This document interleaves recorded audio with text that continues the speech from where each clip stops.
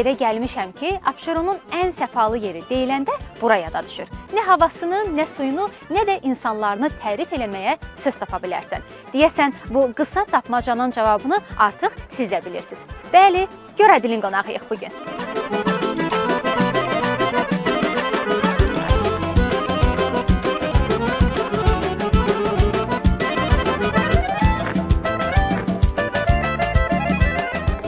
Deyirlər, buralar Biləcəri və Masazır cəmaatının yaylaq yeri olub. Ümumiyyətlə, tarix həmişə müəmmalarla doludur. Zaman nə qədər tez keçirsə, düşünürəm ki, hadisələr də reallığından bir o qədər uzaqlaşır. Nəysə, yolumuza davam eləyək. Gedək Görədilin daş yaddaşından danışaq.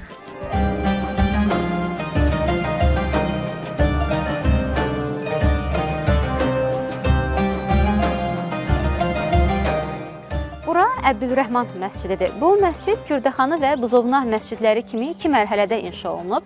Birinci mərhələsi 1861-ci ildə Kərbəlayı Rəsul tərəfindən, ikinci mərhələsi isə Kərbəlayı Rəsulun oğlu Əbdülrəhman tərəfindən 1905-ci ildə tikilib.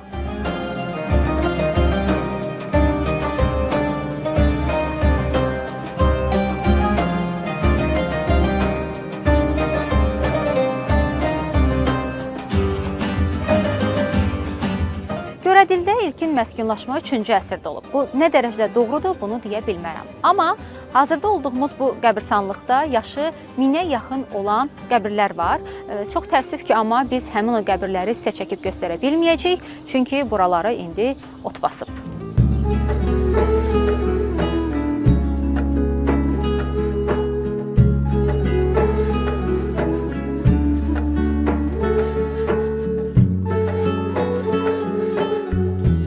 Hazırda Görədildə yeganə fəaliyyət göstərən məscid Əbdülrəhman məscidi olsa da, amma vaxtilə bu kənddə daha bir məscid olub. Kərbəlayı Həşim məscidi. Söhbət buradan gedir, amma çox təəssüf ki, artıq bura məscid kimi fəaliyyət göstərmir və olduqca baxımsız vəziyyətdədir.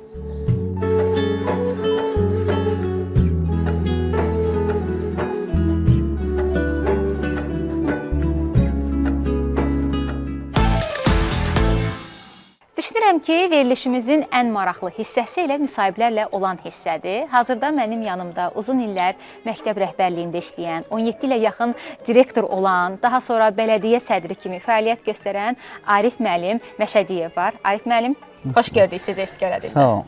İlk öncə mən sizi salamlayıram. Sizin telekanalı və Azərbaycanın bütün telekanalları bizim həyətimizdə, kəndimizdə qonağımız olub. Onları və başda siz olmaqla salamlayıram ki, kəndimizə xoş gəlmisiniz və tarixi qurdalayırsınız, bizləri danışdırırsınız. Minnətdarıq sizə. Görədil toponimi haqqında bir neçə versiyalar var. Bir versiyaya görə söz Goran tayfalarının adı ilə bağlıdır, digər bir versiyaya görə söz Horadil dağı ilə bağlıdır, Ədil kişinin adı ilə bağlıdır. Bax, bu versiyalardan hansılar daha doğrudur? Mənim, demək, Allah cəm eləyə rəhmət eləsin, babam bu kəndin axunda olub. Kəndin axunda olub və Azərbaycandan 5 axund verib. Adlarını da çəkməliyəm ki, Axund Əlizadə, Axund Qasım, bu Pirşağı Kürdəxanı kəndlərindəndir. Qobulu Şeyx Əli Axund olub, Fatmalı Şeyx Ağahüseyn Axund olub və bir də əmim olub. O Mömin Əli İranda onu biliyinə görə, düşüncəsinə görə, zəkasına görə zəhərləyiblər, qayıdıb axundluğu burada davam edə bilməyib. Demək, sadəcə babamdan bibimə, rəhmətli bibimdən də mənə deyilənləri deyirəm. Demək, bu kənd yerləşib əvvəl Kərvan yolunun üstündə. Hal-hazırdakı dəmir xətti ki, yoxdur, Sumqayıt-Bakı, Bakı-Sumqayıt dəmir yolu, o vaxt bizim Kərvan yolumuz olub. İpək yolu oradan keçib, zəvvarlar oradan ziyarətə gediblər, ticarətə gediblər. Ədil adlı bir kişi olub, dindar olub. Demək, Ədil kişi buranı yaşayış üçün məkan seçib özünə. Ticarətdən qayıdandan sonra belə deyilir ki, güya öz adamlarla gəlib, burada demək, ibadət edib və məkan seçib özünə və hal-hazırda onun orada bir ağır piri var. Dəmir yolunun ətrafında demək, Cənnət piridir o. Cənnət piri, bəli, demək, o bu dəqiqə itib gedib, amma çox ağır yerdir o. Kənd cəmaatının, kənd ağsaqqalları o tarixi bilirlər. Amma qaydaq əvvəlki söhbətimizə, demək, Ədil kişi buranı məkan seçib yaşamaq üçün və burada yaşayıb da və bizlər hamımız, mən həmişə deyirəm ki, qəbirstanlıqda yatanlar da və bizlər də Ədil kişinin törəmələriyik. Demək, tanınmış professorumuz rəhmətli Vasif Məmmədəliyevlə söhbət zamanı Görədil sözünün mənasını açmaq onun üçün çətin oldu. Dedi ki, mən bunu açıram, amma ağırdır. Dedi, necə ağır ola bilər? Dedi, sadəcə olaraq bunun tərcüməsi qəbir, məzar gorla bağlıdır. Demək, o da orada bildi ki, rəhmətli Ədil kişinin qəbri, goru, məzarı ilə bağlıdır. Ədil kişinin goru, Ədil kişinin məzarı, demək, həmin o yerdə, dediyiniz cənnət bir yerdə olduğu üçün kəndin adı da elə qoyulub. Və ora bir neçə uzun illər ziyarətkara çevrilib. Demək, rəhmətli Ədil kişinin dost tanışı ziyarətdən həmişə qaydanda onu orada ziyarət edərmişlər. Həmin o yerdir ki, demək, bu dəqiqə pir ağır və güclü pir olduğu üçün dəmir yolu xətti oradan keçir və hər zaman da qatar dayanıb gedəndə mən elə bilirəm ki, onun ruhu qarşısında, onun içindəki imanlı insanlar hamısı baş əyirlər. Mən onunla bağlayıram. Bizim kəndimiz çox gözəl kənddir. Cəmaatı demək, şirin qəlbli insanlardır, qonaqpərvərdirlər. Sakit əhalisi var bu kənd cəmaatının. Kəndimiz 4 mərtəbədən ibarətdir. Yəqin ki, eşitmişsiniz onu. Sizin müsahibələrinizdə hər dəfə buna rast gəlinir bu sözlərə ki, Görədil kəndi 4 mərtəbədən ibarətdir. Bəli. Buyurun deyin o mərtəbələri bizə. Kəndimizin birinci mərtəbəsi demək dəniz kənarıdır. Orada bizim dədə-babalarımızın vətəyələri olub. Babalarımız balıqçılıqla, heyvandarlıqla, əkinçiliklə, xalçaçılıqla məşğul olublar. Demək, ora vətəyə yerimiz olub, yaxşı bostanlar olub. Baxanda ki, şoran yerdir, amma dəmiyə orada məhsul yetişdiriblər babalarımız. İkinci yerimiz bağlar yeridir ki, harada ki, qatar yolu oradan gedir, gəlir. Demək olar, bütün şəhərin ən gözəl insanları ora yaşamaq üçün məkan seçiblər özlərini, yaşayırlar. Çox gözəl havası var. Üçüncü mərtəbəsi biz burada oturduğumuzdur. Yaşayış yeri deyək də Bəli, bəli. Əhalinin sıx yerləşdiyi yaşayış yeri biz üçüncü mərtəbədəyik. Məhsuldar torpaqlarımızdır, bunu deməyə də ehtiyac yoxdur. Və bizim kəndimizin 4-cü mərtəbəsi də dağın üstündədir. O vaxt atalarımız ora qara torpaq deyərdilər. Qara torpaq. Çox bərəkətli torpaqları olub. Safxozun demək orada üzümçülük plantasiyaları olub. İndi yenə də orada yaşayış var. Oradan kənd belə gözəl mənzərə ilə görükür. Bəs bu bağlarda nələr yetişir? Bayaq dediyim kimi bizim torpağımız məhsuldardır, çox məhsuldardır.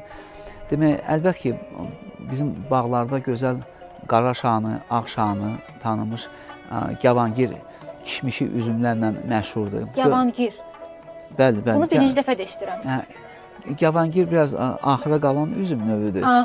O çox şirindir. Hətta doşabı da ondan çəkərdi bizim nənələrimiz keçmişdə. İndi də məşğul olunan var, doşab çəkənlərimiz var.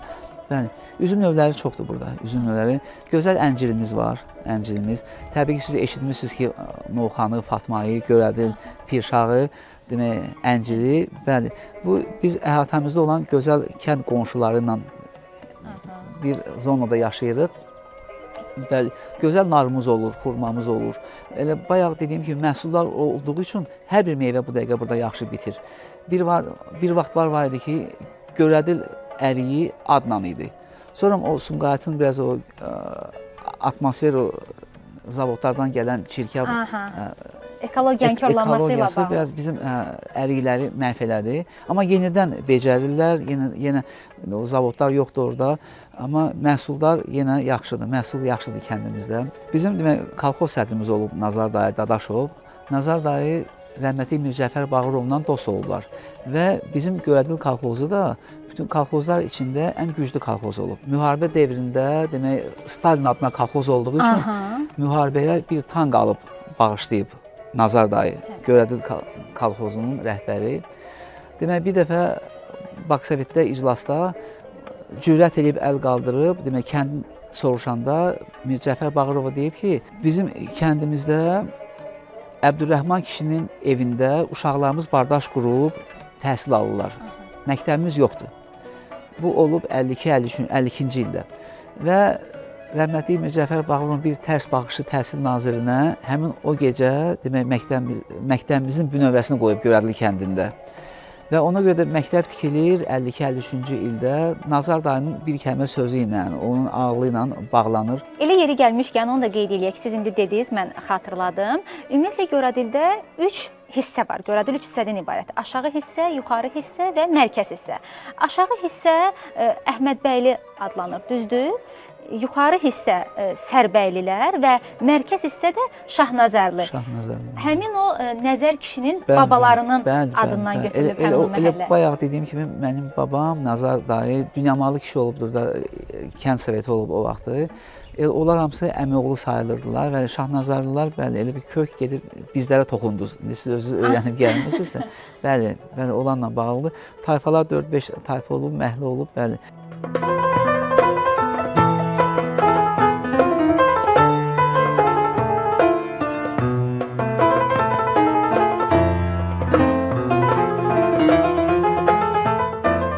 Rəhmətli Balali mənim var idi, professor riyaziyyatçı. O öz kitabında qeyd edib ki, Abşeron ərazisində 2 mədrəsə var idi.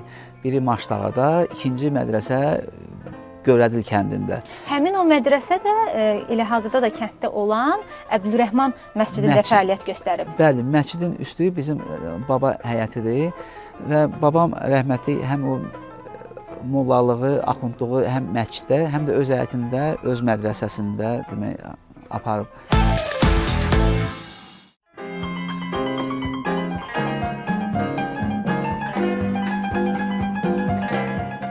Hazırda mənim olduğum bu yer Görədilin ən qədim yeri sayılır. Çünki o vaxtı Ədil kişi məhz bu yerdə məskən salır və elə burada da dəfn olunur. Onun məzarı daha sonra pirə çevrilir, Cənnət pirinə. Biz bu barədə az əvvəl Arif müəllimlə də söhbət etdik və Sovet dövründə də həmin o pir dağıdılır. Və bir məqamı da diqqətinizə çatdırım ki, bu yerdə bir quyu olub, ona yerli cəmaət daha çox süd quyusu deyirmiş. Həmin o quyudan fərziyyələrə görə Pirşağı kəndinə yeraltı yolda olub.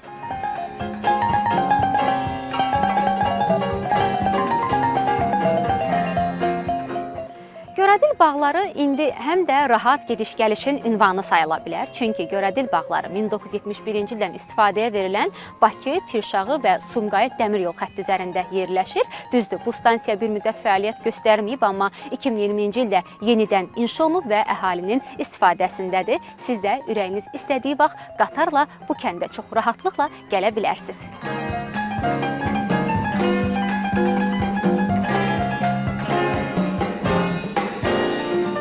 Otluqda gəzərkən ayağıma bu bitkilər yapışdı. Bunun elmi adı bilmirəm nədir, amma nənəm buna pişpişət deyirdi və uşaq vaxtı biz bununla bir oyun oynayırdıq. Yəqin ki, siz də xatırlayırsınız, indiki uşaqlar bilməz. Belə-belə eləyirdik traktor oyunu. Öz-özünə bitki gedirdi.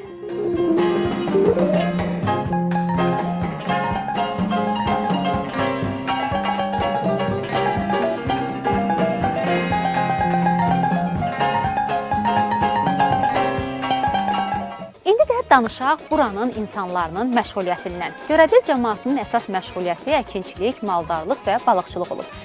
Bir də xalçaçılıq var ki, onun haqqında xüsusi danışmaq istəyirəm. Görədil xalçası çox məşhurdur. Bəzən Görədil xalçalarını Novxanı xalçaları ilə səhv salırlar. Hər iki xalça arasında oxşar cəhətlər olsa da, fərqli cəhətləri də var. Təbii ki, bunu əsl xalça ustaları çox yaxşı bilir və tanıyır. Kənd ağsaqqalı, kəndin ziyalısı Arif müəllimin dediyi məsələ ki var idi, Görədilin 4 mərtəbədən ibarət olmağı. Bəli, biz hazırda həmin o 4-cü mərtəbədəyik və digər o 3 mərtəbəni də elə buradan görmək olur. Ümumiyyətlə, bu nöqtədən, Görədilin bu nöqtəsindən siz hava açıq olanda, aydın olanda hətta Beşbarmaq dağını belə görə bilərsiniz. Digər tərəfdən isə ümumiyyətlə buradan baxanda siz Pirşağı bağlarını, Fatmayı bağlarını da açıq-aydın görə bilərsiniz.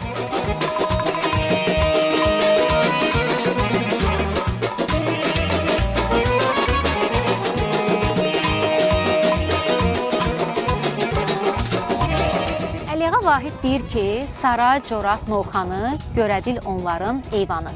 Şair əbəs yerə belə vəsf etməzdi Görədili. Buranın havası yayın ən isti günündə də sərin keçir. Yəqin elə buna görədir Görədil bağlarının artsanı hər yerə yayılıb. Və bu bağlar da təbii ki, barlı keçir. Qısacası, bağları barlı, havası təmiz, dənizi də billur kimi.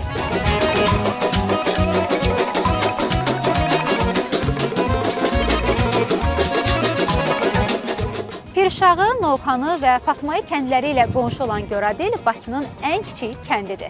Xəzərin sahilində yerləşən bu kənd bəzən güclü xəzri küləkləri ilə də üzləşməli olur.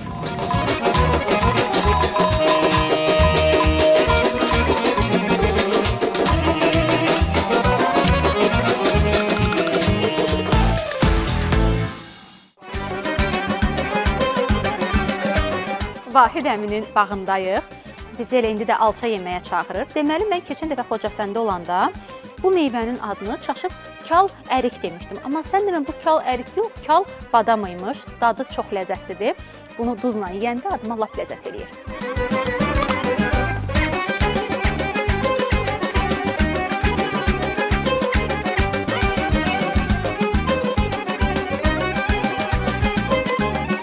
Köhnə Bakılılar bu tikilinin adını çox yaxşı bilirlər. Kilafrəngidir bu tikilinin adı. Əvvəllər Bakı bağlarının hardasa bir simvolu da sayıla bilərdi. Çünki çox tez-tez rast gəlinirdi Bakı bağlarında kilafrəngiyə. Amma çox təəssüf ki, son dönəmlərdə elə də gözə dəymir. Açdı gün oyandı, hər tərəf halq oyandı. Dərdimdən neçə oğlan yanar, o da qalandı. Mən güləm gülsün, yarım heç zaman solmaz. Mənim kimi gözəli belə sevməmək olmaz. Bu bağdakı turpları çıxartmaq üçün baba nənəni, nənə nəvəni çağırmağa ehtiyac yoxdur. Elə çəkirsən, bax belə çıxır turplar. Adıma laf ləzzət eləyir. Siz hələ buradakı çiyələklərə baxın. Yeməyə filan ehtiyac yoxdur.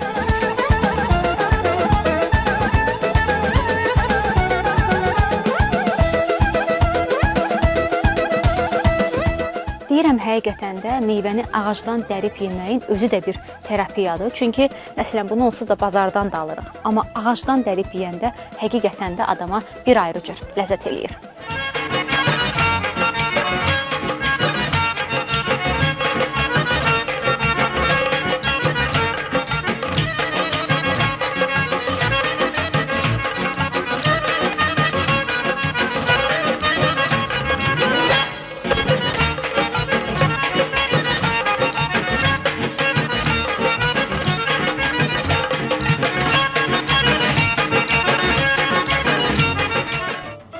Bu bulaq kənd sakini Hacı Əli Hüseynindən bu kəndin cəmaatına ehsan olunub, ondan yadigardır. Allah qəbul eləsin və Allah Hacı Əli Hüseyn kişiyə də rəhmət eləsin.